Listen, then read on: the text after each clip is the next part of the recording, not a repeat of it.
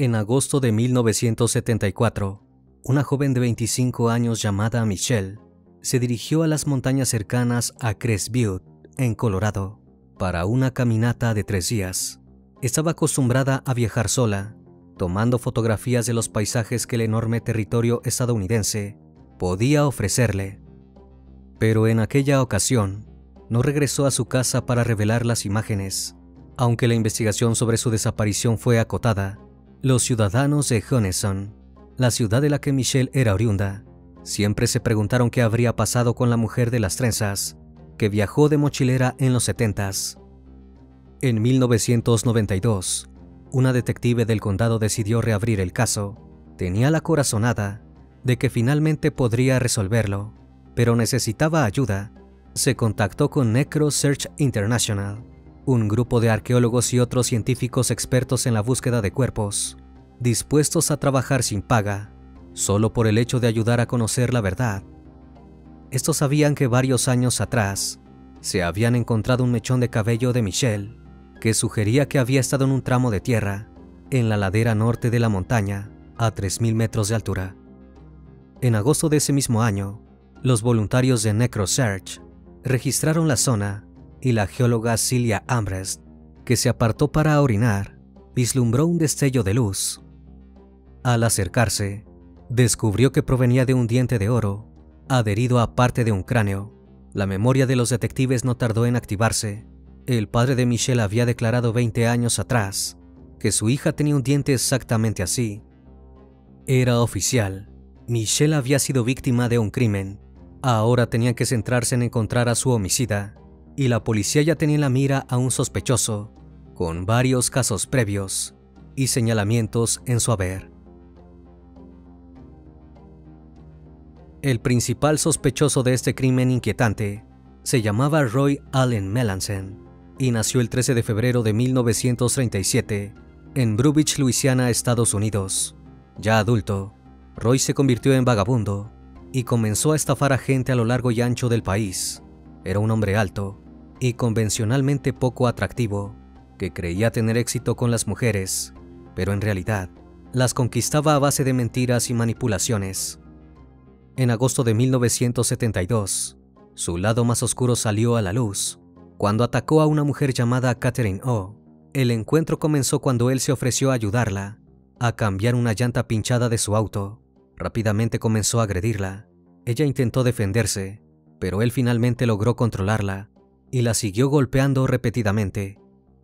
Luego del ataque, Roy siguió delinquiendo. Algunos de sus siguientes crímenes fueron robos y abusos en los condados de Orange y Jefferson, ubicados en Texas. Posterior a eso, fue condenado a 12 años de prisión por aquellos delitos. Pero ni los barrotes lo pudieron detener. Estando preso en Texas, asesinó a un recluso. Aunque tampoco existe información certera de esto, lo único seguro es que Roy cumplió solo la mitad de la pena por sus múltiples delitos y recuperó la libertad, listo para ir un paso más allá en el mundo criminal. Buenas noches, bienvenidos al Criminalista Nocturno.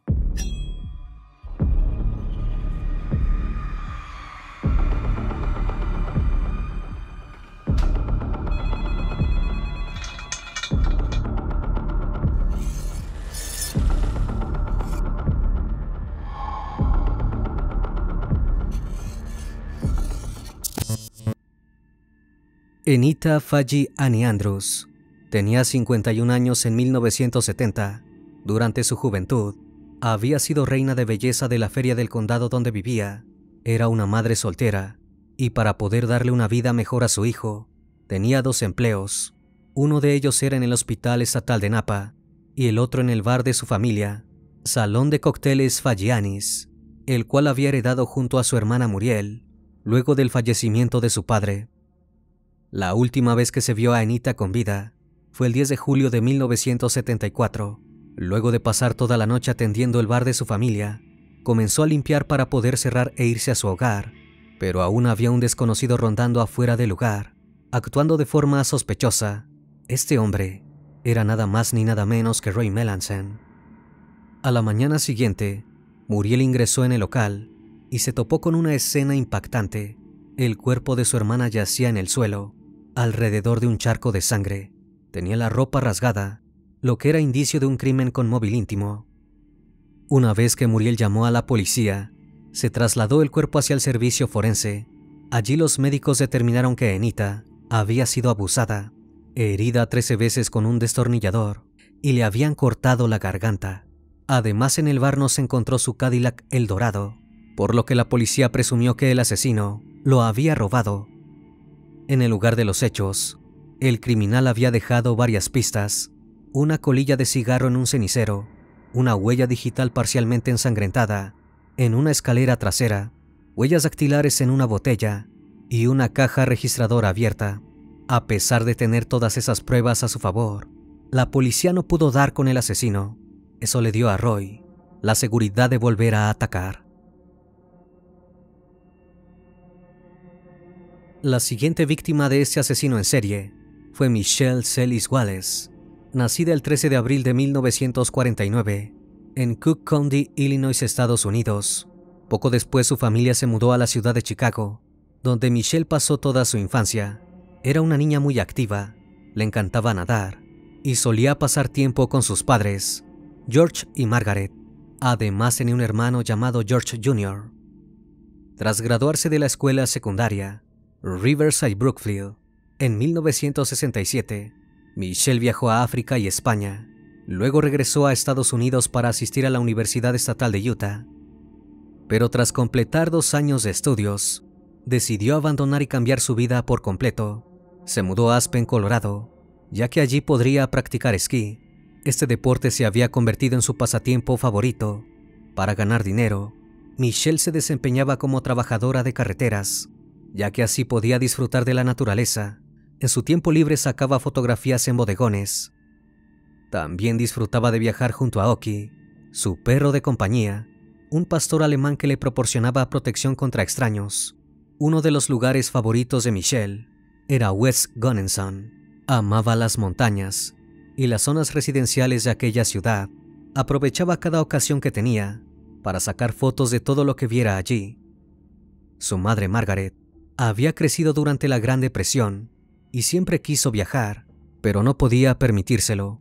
Estaba acostumbrada a la vida hogareña, pero apoyaba las aventuras viajeras de su hija. Incluso la ayudaba a planificar sus viajes y disfrutaba experimentándolos indirectamente. Su padre George, por su parte, había trabajado en el sector de la restauración y con el tiempo abrió su propia pizzería. A pesar de ser un hombre de negocios, estaba impresionado por lo valiente y extrovertida que era Michelle. Llegando el año 1974, Michelle ya había hecho algunos amigos en su nueva ciudad. Mientras sus antiguos amigos se graduaban de la universidad o formaban familias, ella se dedicaba a su trabajo y a sus pasatiempos. Esquiaba, practicaba paracaidismo y hacía viajes de mochilera en solitario. Sin embargo, a donde quiera que fuera, encontraba la manera de llamar a sus padres casi a diario. Michelle y su madre incluso acumulaban facturas telefónicas enormes. Para ese entonces, la joven tenía 25 años, trabajaba como fotógrafa independiente y esperaba convertir esto en su profesión a tiempo completo. Disfrutaba sobre todo retratando a niños y también había empezado a explorar la fotografía de paisajes y naturaleza. En agosto de 1974, Michelle les contó a sus padres que se iba de excursión con su perro a Rocky Mountains, completamente sola. Si bien sus padres estaban acostumbrados a que viajara por su cuenta, no era habitual que no los llamara.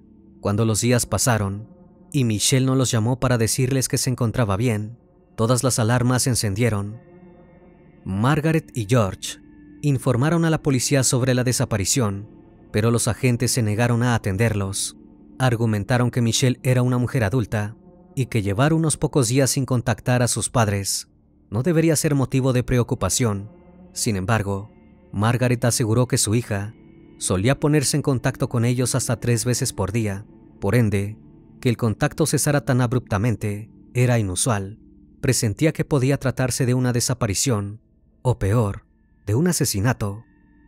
Finalmente la policía accedió a tomar la denuncia y movilizó a un equipo de búsqueda que peinó las tierras montañosas a pie, en camión, a caballo y desde el aire.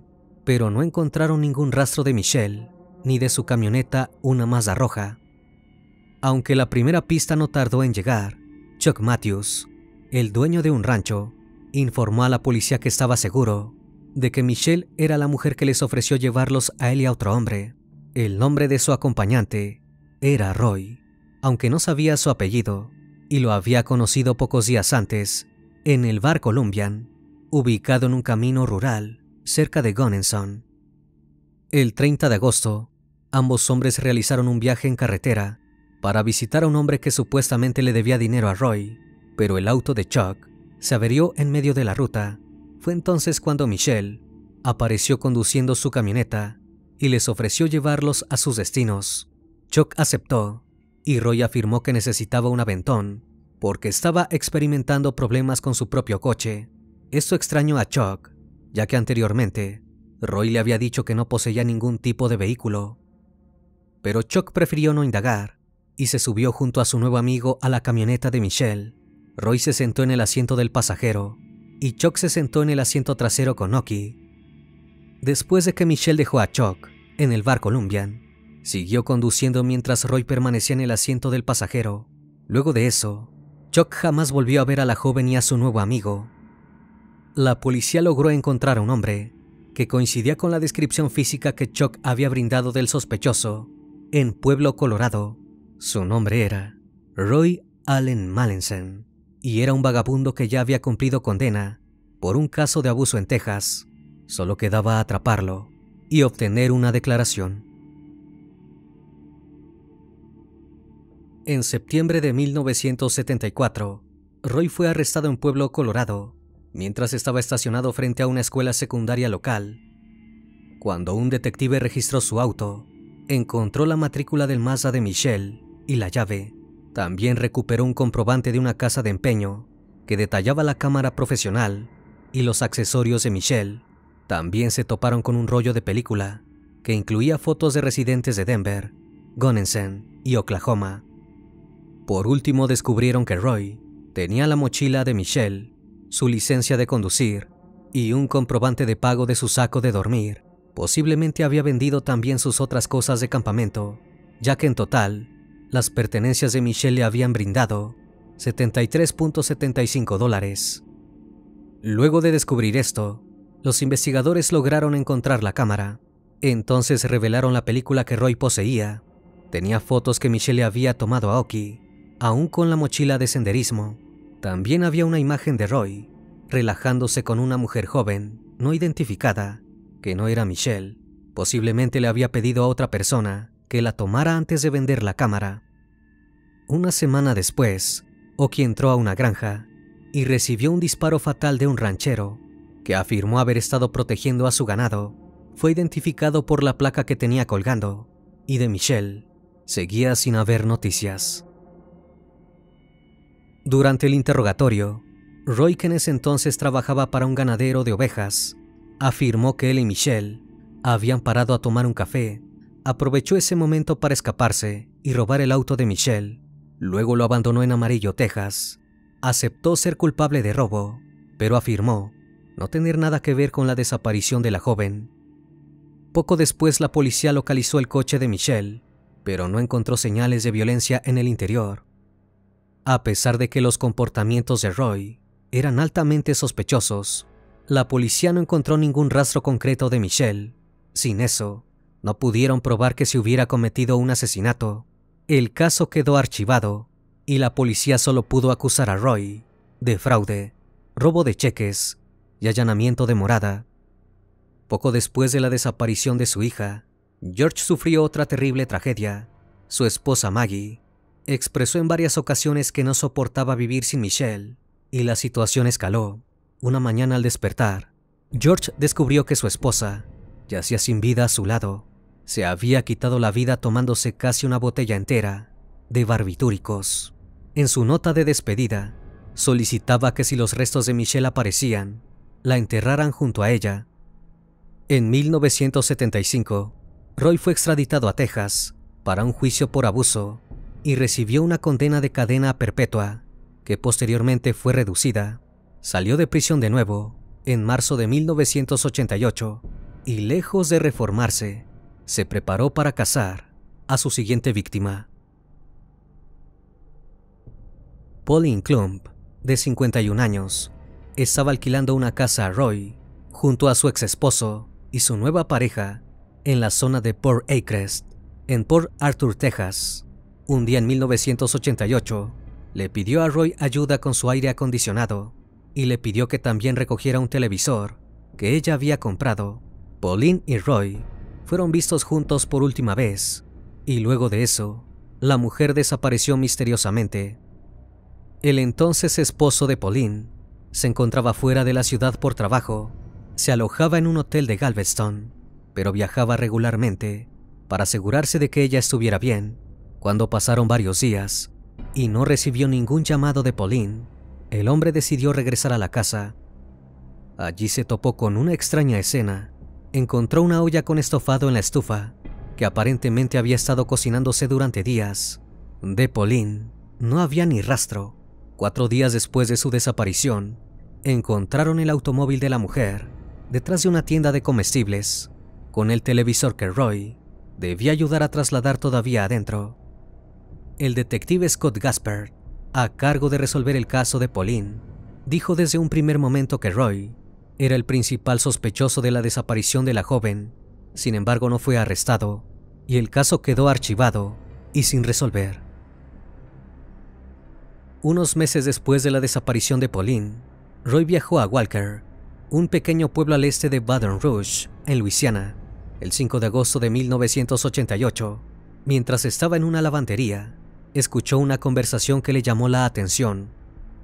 Charlotte Sauerwen, de 24 años, hablaba sobre cuánto tiempo le estaba llevando a su prometido, Vincent Lejeune, a ahorrar dinero para comprar tierra para su casa. En ese momento, Roy intervino, presentándose como un desarrollador de terrenos, con una oferta sensata y económica. Charlotte conversó animadamente con quien creía que era un simpático hombre de negocios, pero cuando las demás personas abandonaron la lavandería, Roy entró en acción, atacó, abusó y torturó a Charlotte para luego ultimarla.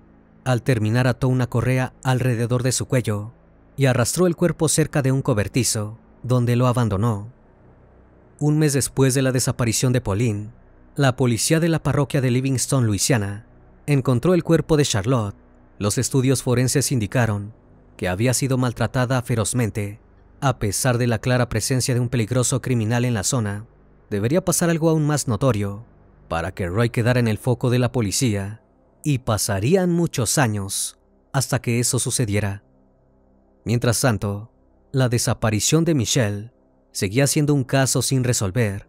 En junio de 1979, 5 años después, un matrimonio y sus amigos encontraron un par de coletas trenzadas, desteñidas por el sol, a menos de 1 milla de su cabaña. Michelle solía llevar un peinado similar, por lo que la policía guardó los restos de pelo para analizarlos cuando tuvieran ADN de la joven. En 1989, la investigadora policial Kathy Arilen reabrió el caso. Cuanto más lo investigaba, más creía que tenía solución, declaró al medio Associated Press. Envió el cabello del cepillo de Michelle para que lo compararan con el mechón de cabello trenzado. El estudio arrojó que eran similares, pero este hallazgo no aportó nuevas pistas sobre el paradero de la joven, ni acerca de la identidad del presunto asesino. En 1992, Arilen se contactó con NecroSearch International, un grupo de científicos expertos en la búsqueda de cuerpos, que además estaban dispuestos a trabajar pro bono. La vegetación encontrada en el mechón de pelo de Michelle les proporcionó algunos indicios. Esa indicaba que el cuerpo debía haber estado a 3.000 metros de altura, más concretamente, en un tramo de tierra en la ladera norte de la montaña. Por eso, en agosto de ese mismo año, NecroSearch se desplazó hacia aquel sitio. En un momento dado, la geóloga Cecilia Ambrest se apartó para orinar y vislumbró un diente de oro. Estaba adherido a parte de un cráneo que había sido blanqueado por el sol. La unidad de casos sin resolver no tardó en recordar que 20 años atrás, el padre de la joven declaró a la policía que su hija tenía un diente de oro que recibió durante un procedimiento dental. Entonces se revisó el historial odontológico de Michelle y se pudo comprobar que el diente de oro encontrado, adherido al cráneo, coincidía con su ADN. Poco después, más restos óseos se encontraron en una pendiente, en una posición que indicó al equipo de búsqueda que la víctima había sido arrojada. Estos nuevos restos también arrojaron coincidencia con el perfil genético de Michelle.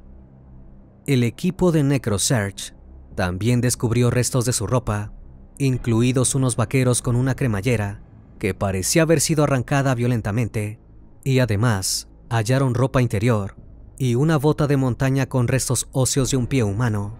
Se examinaron los indicios y se confirmó que pertenecían a Michelle. Por último, se analizó un cepillo para el cabello, encontrado en la mochila de Michelle, que contenía largos mechones de cabello en las cerdas.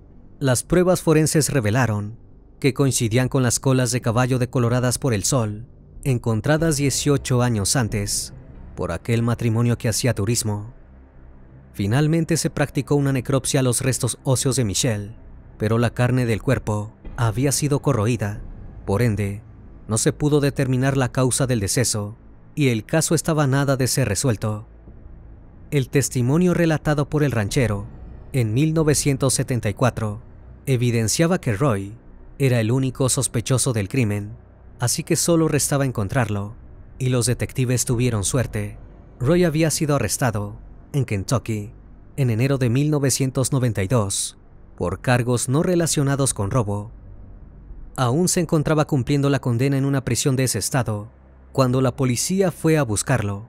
Pidieron a las autoridades su extradición a Colorado para un juicio por el asesinato de Michelle y le fue otorgada. Al testimonio del ranchero se le sumó el de un excompañero de celda de Roy, llamado John Paul Steele. Declaró a las autoridades que Roy había admitido haber escondido un cuerpo en las montañas. Como si esto fuera poco, otros exreclusos le dijeron a Ireland que Roy se jactaba de haber asesinado a una mujer reticente. Antes de comenzar el juicio, la policía llevó a cabo una reconstrucción de lo que creía que había sucedido durante la desaparición y posterior asesinato de Michelle, pero además supieron de otros delitos que Roy había cometido durante su estancia en Colorado. En agosto de 1974, Roy llegó al condado de Grant Johnson, Colorado, presentándose como un experimentado pastor de ovejas. Un granjero de la zona confió en su palabra y lo contrató para cazar leones de montaña y coyotes, que estaban asesinando a su rebaño. En realidad, Roy estaba en quiebra y no tenía hogar, por lo que su mentira le proporcionó un lugar donde dormir, al menos temporalmente. Pero Roy no trabajó mucho, sobre todo luego de conocer a una mujer llamada Lucille Burton y a sus 5 hijas. El esposo de ella estaba en pueblo, mientras que Lucille y sus hijas pasaban sus vacaciones en una cabaña. Roy se volvió cercano a todas. En una ocasión, llevó a una amiga de las jóvenes a un paseo en caballo. Cuando la chica regresó a la cabaña de los Burton, estaba callada y extraña.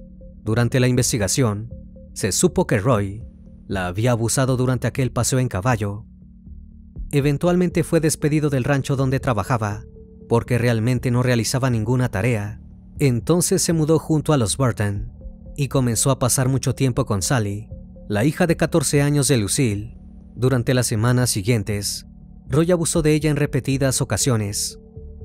El 29 de agosto, Roy ingresó a Columbian Bar y entabló amistad con Chuck Matthews, aquel trabajador de rancho local, y le comentó que tenía una cabaña con caballos. Le pidió ayuda para deshacerse de unos osos, y este aceptó. Fueron en el auto de Chuck a la cabaña de los Burton, pero simplemente se quedaron dormidos. Al día siguiente, Roy le dijo a Chuck que los caballos pertenecían en realidad a un hombre que se los había alquilado, pero que jamás regresó. Le pidió que lo llevara a la casa de aquel presunto hombre para recoger a los caballos y algo de dinero que éste le pagaría. Durante el camino, ambos pararon a beber en un bar, y Roy dijo que no recordaba dónde quedaba la cabaña del hombre que debían visitar. Además, el auto de Chuck se averió. En ese momento, Roy bajó del auto con un rifle, supuestamente para cazar osos, pero luego cambió de opinión. Chuck aseguró que probablemente había estado planeando asesinarlo. Cuando volvieron a subir, se toparon con Michelle, que regresaba de un viaje como mochilera, conduciendo. Estaba ansiosa por ir a Carolina del Norte, donde tendría su primer empleo, como fotógrafa profesional, pero antes debía regresar a Gunnison. Fue entonces cuando vislumbró un auto averiado en la carretera, con 2 hombres fuera. Les ofreció un aventón a ambos hombres, y después de dejar a Chuck de nuevo en Columbian Bar, ella y Roy continuaron. Desde ese momento, nadie la volvió a ver. Con base a los estudios forenses, los investigadores creían que una vez que Roy tuvo a Michelle sola en el coche, la obligó a detenerse y a dejar salir al perro. Acto seguido, intentó tener relaciones con ella, pero Michelle se resistió. Entonces la atacó, aunque nadie pudo determinar exactamente con qué lo hizo. Por las rasgaduras de su ropa, se presumía que abusó de ella. Luego la asesinó y arrojó su cuerpo sin vida a la pendiente de la montaña. Sus restos óseos fueron encontrados en la misma posición en la que había caído después de que Roy la arrojara. Con Michelle sin vida, nadie denunció la desaparición de su coche, así que Roy lo usó como si fuera suyo, sin preocuparse, al menos hasta que la policía lo interrogó al respecto. En septiembre de 1993, comenzó el juicio contra Roy Allen Mallinson. El acusado se negó a asistir porque no quería usar un cinturón eléctrico que le impediría escapar. La evidencia se basó principalmente en las pruebas de cabello, recogidas del cuero cabelludo de la víctima. Estas y los huesos encontrados en la ladera de la montaña se exhibieron en vitrinas. Roy compareció en persona, recién para la lectura de sentencia. «No sé qué esperabas que hicieran tus abogados, que hicieran milagros», dijo el juez del tribunal de distrito, Richard Brown. «Eres un desperdicio de humanidad», acotó más tarde. Luego, Roy Melanson fue declarado culpable y condenado a cadena perpetua por el asesinato de Michelle. Esta sentencia la podría cumplir recién una vez que terminaran sus 20 años de prisión por el robo en Kentucky. Luego de la sentencia, Roy Melanson argumentó reiteradamente ante la Junta de Libertad Condicional que su condena era ilegal porque no se pudo determinar la causa del deceso debido al estado de los restos de Michelle. Sin embargo, el pedido le fue denegado en todas las ocasiones. El padre de Michelle estuvo de acuerdo con la condena del asesino de su hija, pero desgraciadamente, su vida no mejoró desde entonces. En abril de 1994, el día en que Michelle hubiera cumplido años, fue enterrada en el cementerio de Woodlawn. Sus restos descansan junto a los de su madre. Su padre George se había jubilado en San Petersburgo, Florida, en 1977 y luego se volvió a casar. Pero a principios de los 2000, su segunda esposa falleció. Como si esto no fuera suficiente, el 13 de enero de 2006, una nueva tragedia azotó a la familia Wallace. 2 ladrones irrumpieron en la casa de George. Eugene Weasley, de 17 años, cubrió con una manta al hombre, quien entonces tenía 85 años. Estaba frágil y usaba silla de ruedas. Luego, Stephen M. Sterling, de 21 años, lo golpeó brutalmente con un objeto contundente. Robaron el auto de George, pero casi ningún otro objeto de valor. El hombre falleció a causa de sus heridas en el hospital. La policía detuvo rápidamente a Weasley y Sterling. Este último fue condenado a cadena perpetua, sin posibilidad de libertad condicional, y trasladado al anexo de la institución correccional de Sewanee. Eugene, por su parte, cooperó con las autoridades y declaró en contra de Sterling. Por ende, recibió 25 años de prisión por el asesinato en segundo grado y acto peligroso. Fue llevado a la institución correccional Liberty en Bristol, Florida. El otro hijo de la víctima, George Jr., se quedó solo. «Somos una familia desafortunada», declaró al medio Tampa Bay Times. «2 asesinatos con tanta diferencia y una autoprivación de la vida. Es realmente difícil de comprender», expresó. Mientras tanto, Roy Melanson seguía pagando las consecuencias de sus actos despiadados.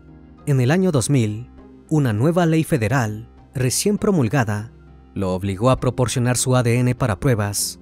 Entonces las autoridades tuvieron la oportunidad de resolver los otros asesinatos, de los que siempre había sido sospechoso por tantos años.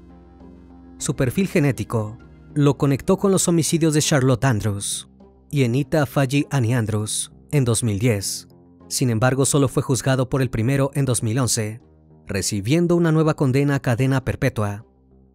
Desde entonces, las agencias de aplicación de la ley estadounidenses comenzaron a revisar sus casos no resueltos, con la esperanza de poder relacionar a Roy Melanson con ellos. No obstante, el asesino fue poco cooperativo con la policía y continuó intentando solicitar la libertad condicional ante la Suprema Corte de Colorado. Argumentó que debía ser puesto en libertad condicional en una residencia de ancianos para vivir el resto de sus días. Además, declaró que no asesinó a Michelle y afirmó que no existían órdenes de detención de otras jurisdicciones que les impidieran liberarlo. A pesar de eso, la Junta no lo dejó ir. Si bien los restos de Paulina Kolb jamás fueron encontrados, debido a la declaración de su esposo, los detectives estaban seguros que Roy Melanson la asesinó. El homicida pasó sus últimos años en mal estado de salud, postrado en una silla de ruedas, y falleció el 22 de mayo de 2020, mientras cumplía su condena. Extrañamente, su deceso no se anunció hasta 2021, cuando la Fiscalía del Distrito de Napa llamó a la prisión para verificar su estado. Roy Melanson partió de este mundo sin ser condenado por muchos asesinatos de los que era a todas luces culpable, o por lo menos así lo indicaban los testimonios y las pruebas. Ni siquiera tuvo la decencia de decirles a las familias de sus víctimas dónde estaban muchos de los cuerpos, y dejó a los detectives que le siguieron el rastro con una incógnita: ¿a cuántas personas realmente asesinó este sujeto? Una vez más, estimado público, agradezco su compañía. Gracias por acompañarme en esta nueva transmisión. Recuerden que pueden seguirme en redes sociales. Actualmente me encuentro en Facebook, Twitter, Instagram, TikTok y también en Spotify. Si el caso de hoy te pareció interesante e informativo, te pido me regales un like o un comentario sobre la transmisión de esta noche. Me despido de ustedes, no sin antes agradecerles su compañía, y recuerden, si aún no estás suscrito, te hago la cordial invitación a que lo hagas y formes parte de esta gran comunidad. Esto es El Criminalista Nocturno. Hasta la próxima emisión. Buenas noches.